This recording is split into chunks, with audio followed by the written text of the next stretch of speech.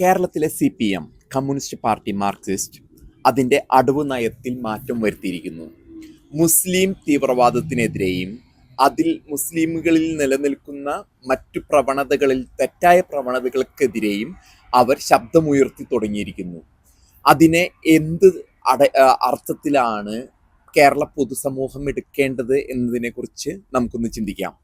ആദ്യമായിട്ട് ശ്രീമാൻ പിണറായി വിജയൻ ഹിന്ദു പത്രത്തിന് നൽകിയ അഭിമുഖത്തിൽ മലപ്പുറം ജില്ലയെക്കുറിച്ചും അവിടെ നിലനിൽക്കുന്ന കള്ളക്കടത്തും സ്വർണ്ണക്കള്ളക്കടത്തുമായി ബന്ധപ്പെട്ട് നടത്തിയ പ്രസ്താവന അതൊരു നാക്കുപിഴയായിട്ടാണ് ആദ്യം കണക്കാക്കിയതെങ്കിലും പിന്നീട് അതിന് താഴെയുള്ള നേതാക്കന്മാര് പി ജയരാജൻ, കേരളത്തിന്റെ വടക്കു ഭാഗത്തും മലപ്പുറത്തുമായി നിലനിൽക്കുന്ന തീവ്രവാദ പ്രവണതകൾ, അതിനുശേഷം കോഴിക്കോട് ജില്ലാ secretary P Mohanan master MEC7 എന്ന വ്യായാമ കൂട്ടായ്മയെക്കുറിച്ചും അതിന് PFI എന്ന തീവ്രവാദ സംഘടനകളുമായിട്ടുള്ള ബന്ധവും ആ സംഘടന PFIയിലുള്ള അംഗങ്ങൾ MEC7-ൽ നേതൃത്വം നൽകുന്നു എന്നുള്ള ആശങ്കയും, അവസാനമായിട്ട് പോളിറ്റ് ബ്യൂറോ അംഗം വിജയരാഘവൻ നടത്തിയിരിക്കുന്ന പ്രസ്താവനയും അദ്ദേഹം പറഞ്ഞിരിക്കുകയാണ്, രാഹുൽ ഗാന്ധിയും പ്രിയങ്ക ഗാന്ധിയും വടക്കേ ഇന്ത്യയിൽ നിന്നും ഒളിച്ചോടി മുസ്ലിം ഭൂരിപക്ഷ ഒരു മണ്ഡലമായ വയനാട് വന്ന് ജയിച്ചിരിക്കുന്നു. അവർ വടക്കു നിന്നും ഓടി മുസ്ലിമുകളുടെ മാത്രം അടിമപ്പെട്ട് പ്രീണനത്തിലേക്ക് പോയിരിക്കുന്നു രാഹുലും പ്രിയങ്കയും. ഇതോടുകൂടി മുസ്ലിമുകൾ ഉണർന്നിരിക്കുകയാണ്. വ്യക്തമായിട്ടും CPM പറയുന്നത് നിങ്ങളുടെ 26% ന്യൂനപക്ഷ വോട്ട് ഇനി വിലപേശി നിൽക്കാനായിട്ട് അവരെ കിട്ടില്ല. കേരള പൊതുസമൂഹം എങ്ങനെയാണ് ഇത്തരത്തിലുള്ള മുതിർന്ന നേതാക്കളുടെ പ്രസ്താവനയെ കാണേണ്ടത് എന്ന് നമുക്ക് നോക്കണം. കാരണം വ്യക്തിപരമായിട്ടും ഞാൻ പലപ്പോഴും ഞാൻ വിചാരിച്ചിരുന്നത് CPM കമ്മ്യൂണിസ്റ്റ് പാർട്ടി ഇന്ത്യയിൽ അതിൻ്റെ പ്രവർത്തനങ്ങൾ അവസാനിക്കേണ്ടി അടച്ചുപൂട്ടേണ്ട സ്ഥിതിയിലേക്ക് വരും. കാരണം ബംഗാളിലും അതോടൊപ്പം തന്നെ ത്രിപുര പോലെയുള്ള വൻ കോട്ടകൾ തകർന്നടിഞ്ഞു, എന്നിട്ടും കേരളത്തിൽ അത് പിടിച്ചു നിൽക്കുന്നു. അതിൻ്റെ ഒരു അവസാനം വരുമോ എന്ന് ചിന്തിച്ചവർക്ക് ഒരു പക്ഷേ തെറ്റുപറ്റി കാണും. കാരണം ഇത്തരത്തിലുള്ള പ്രസ്താവനകൾ വഴി അതിൻ്റെ വേരുകൾ വീണ്ടും അടിയുറപ്പിച്ച് നിർത്തുമോ? പകരം അടി കിട്ടുന്നത് കോൺഗ്രസിനായിരിക്കുമോ? കോൺഗ്രസിന്റെ പ്രീണന നയം അതിന് ഒരു തിരിച്ചടിയാകുമോ എന്നുള്ളതാണ് കേരളം ഉറ്റുനോക്കിക്കൊണ്ടിരിക്കുന്നത്. ഇതുമായിട്ട് ബന്ധപ്പെട്ട് ഞാൻ ഇവിടെ നമ്മുടെ ചിന്തയ്ക്ക് അടിസ്ഥാനമാക്കി കൊണ്ടുവരാൻ ഉദ്ദേശിക്കുന്നത് മീഡിയ വൺ ചാനലിൽ നിഷാന്ത് റാവുത്തർ എന്ന മാന്യദേഹം നടത്തിയ കുറച്ച് പ്രസ്താവനകളാണ്. നിഷാന്ത് റാവുത്തർ വിജയരാഘവന്റെ ഇത്തരത്തിലുള്ള പ്രസ്താവനയെക്കുറിച്ച് പ്രതിപാദിക്കുമ്പോൾ തന്നെ അദ്ദേഹത്തിന്റെ പോർമുനകളെല്ലാം കാസ എന്ന കത്തോലിക്ക സഭയുടെ അല്ലെങ്കിൽ കത്തോലിക്ക സഭയ്ക്ക് വേണ്ടി നിലകൊള്ളുന്ന ഒരു സംഘടനയുമായിട്ട് ബന്ധപ്പെട്ടാണ് അദ്ദേഹത്തിന്റെ വിമർശനങ്ങൾ അയച്ചുവിടുന്നത്.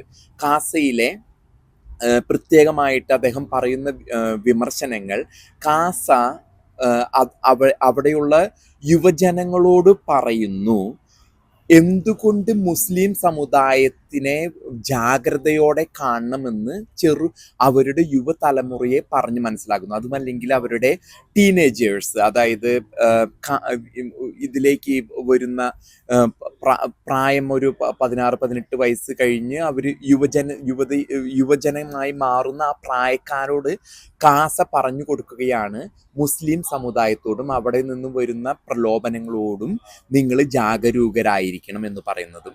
രണ്ടാമതായിട്ട് ഭക്ഷണത്തിലുള്ള വർഗീയത, ഈ കാസ നൽകുന്ന വർഗീയതയെക്കുറിച്ചും എനിക്ക് നിഷാന്ത് റാവുത്തറിനോട് കുറച്ച് കാര്യങ്ങൾ ചോദിക്കാനുണ്ട്. Media One channel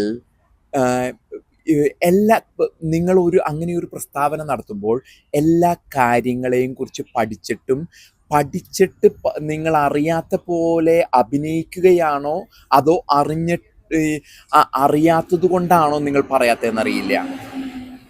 VS Achuthanandan എന്ന മുഖ്യമന്ത്രി ആണ് ഇന്ത്യയിലും അതുമല്ലെങ്കിൽ ലോകത്ത് ആദ്യം തന്നെ ലവ് ജിഹാദ് എന്ന പദം ഉപയോഗിച്ചത്.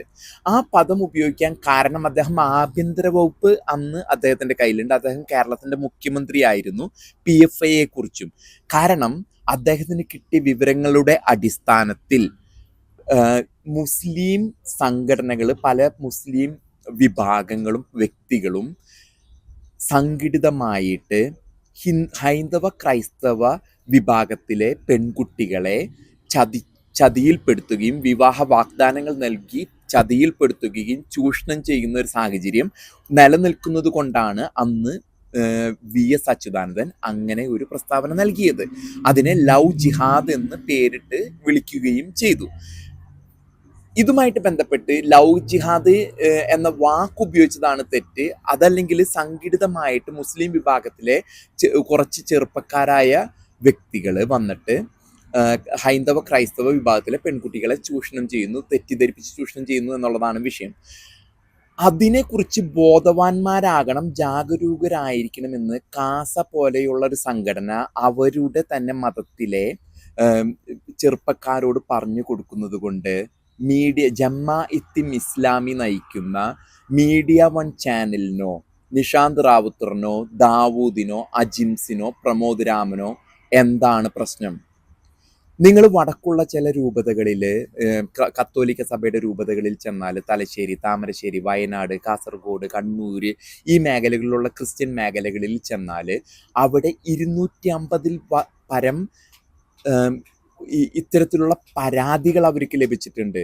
പെൺകുട്ടികളെ സംഘടിതമായി വന്ന് പ്രേമമെന്നും പ്രണയമെന്നും പറഞ്ഞ് പറ്റിക്കുകയും അതോടൊപ്പം ചതിയിൽപ്പെടുത്തുകയും സംഘടിതമായി ഇസ്ലാം വിഭാഗത്തിൽ നിന്ന് അത് നേരിട്ടു എന്ന് വ്യക്തമായിട്ടും ഈ രൂപതകളിലെ തലപ്പത്തിരിക്കുന്ന അൽമായർ എന്ന വിഭാഗം പറഞ്ഞിട്ടുണ്ട്.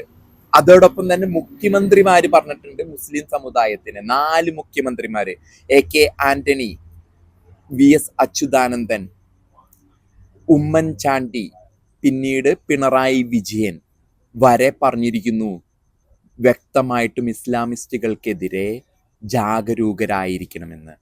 ഈ ചതിയിൽപ്പെടുത്തിയ സംഭവത്തിലേക്ക്, ലവ് ജിഹാദ് എന്ന സംഭവത്തിലേക്ക് തിരിച്ചു വരാം. മീഡിയ വണ്ണും റാവുത്തറും ബാക്കി കേരള പൊതുസമൂഹവും കേൾക്കണം. ഇവരാഗ്രഹിക്കുന്നത് ഈ സഹോദരിമാര്, ഈ ചതിയിൽപ്പെട്ട സഹോദരിമാര് പുറമേ വന്ന് പരസ്യമായിട്ട് അവരുടെ പേരുകൾ വെളിപ്പെടുത്തി പുറത്ത് പറയണം എന്നുള്ളതാണ്. അന്തസ്സും അഭിമാനവും ഉണ്ട് അവർക്ക്. Mister Nishanth Rawther, Media One channel അറിയാത്തോണം അഭിനയിക്കരുത്. ഈ ചൂഷണം ചെയ്ത ഇതിൽ വരെ വളരെയധികം അവർ ചതിക്കപ്പെട്ടത് ഈവൻ ഇത്ര വരെ പറഞ്ഞിരുന്നു ഉള്ള കഥകളാണ് പുറത്തു വരുന്നത്. അതായത് ഞങ്ങളുടെ ഈസാ നബിയും നിങ്ങളുടെ യേശു ക്രിസ്തുവും ഒന്നാണ്, ക്രിസ്ത്യൻ പെൺകുട്ടികളോട് പറഞ്ഞ് പറ്റിച്ചതാണ്. ഈസാ നബിയും യേശു ക്രിസ്തുവും ഒന്നാണ്, നമ്മൾ വിവാഹം കഴിക്കാം എന്ന് വരെ പറഞ്ഞ് ചതിച്ചു എന്ന് വരെ പരാതികൾ ഉണർന്നിട്ടുണ്ട്.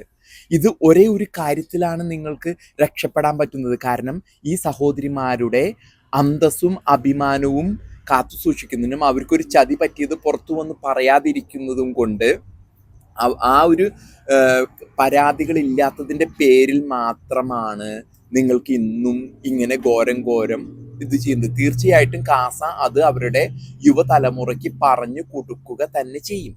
പിന്നെ ഇതിൻ്റെ അടിസ്ഥാനം എന്ന് പറയുന്നത് ചില സാമുദായിക ഗ്രന്ഥങ്ങളിൽ, ഖുറാൻ പോലുള്ള ഗ്രന്ഥങ്ങളിൽ അല്ലെങ്കിൽ ആയത്തുകളിലും ഹദീസുകളിലും എഴുതിയിരിക്കുകയാണ്, അന്യമതത്തിൽപ്പെട്ട സ്ത്രീകളെ നിങ്ങൾക്ക് ലൈംഗിക അടിമകളാക്കി വെക്കാം. അത് ഒരു ഇതായിട്ട് കൊടുത്തിരിക്കുകയാണ്, അനുവാദം കൊടുത്തിരിക്കുകയാണ്. നിങ്ങൾക്ക് ഭാര്യയുണ്ടെങ്കിൽ പോലും അന്യമതത്തിൽ യുദ്ധത്തിൽ പിടിച്ച പെൺകുട്ടികൾ, അതല്ലെങ്കിൽ ഈ അബലകളായ സ്ത്രീകളെ ചതിച്ചും വഞ്ചിക്കാം, അന്യമതത്തിലുള്ള സ്ത്രീകളെ അടിമകളാക്കി വെക്കാം, ലൈംഗിക അടിമകളാക്കി വെക്കാം എന്ന് അനുവാദം കൊടുത്തിരിക്കുന്നു. ഇതൊക്കെയാണ് മീഡിയ വൺ ഇത് പ്രതിപാദിക്കുമ്പോൾ പറയേണ്ട വിഷയങ്ങൾ. നിങ്ങൾ വിഷയത്തിൻ്റെ ചുറ്റും കിടന്ന് കറങ്ങും. നിങ്ങൾ ചക്ക എന്ന് പറയുമ്പോൾ ചുക്ക് എന്ന് പറയും. മീഡിയ വണ്ണ് മനസ്സിലാകുന്നുണ്ടോ? കേരള പൊതു സമൂഹത്തിന് ഇതാണ് ഈ ഹൈന്ദവ ക്രൈസ്തവ യുവതലമുറയോട് അവർ പറഞ്ഞു കൊടുക്കുന്നത്. ഇസ്ലാമിസ്റ്റുകളുമായിട്ടും അവരുടെ വിശ്വാസങ്ങളുമായിട്ട് ബന്ധപ്പെടുമ്പോൾ ജാഗരൂകരായിരിക്കണം. കാരണം ചതിക്കപ്പെടും. അതിലെന്താ തെറ്റുള്ള? ആരെയും തല്ലാനും കൊല്ലാനും പോകുന്നില്ലോ നിഷാന്ത് റാവുത്തർ. അപ്പോൾ താങ്കൾ വ്യക്തമായിട്ടും മനസ്സിലാക്കണം, ഇതാണ് അതിൻ്റെ കാരണം. ഈ മുസ്ലിമുകൾ താങ്കൾ വളരെ സ്നേഹത്തോടും സൗമ്യതയോടും വിനയത്തോടും കൂടിയാണ് ഈ കാര്യം അവതരിപ്പിക്കുന്നത്. പക്ഷെ ഇവർ ജാഗരൂകരായിരിക്കുന്നത് ഇത്തിരി ശക്തമായിട്ട് പറയണം.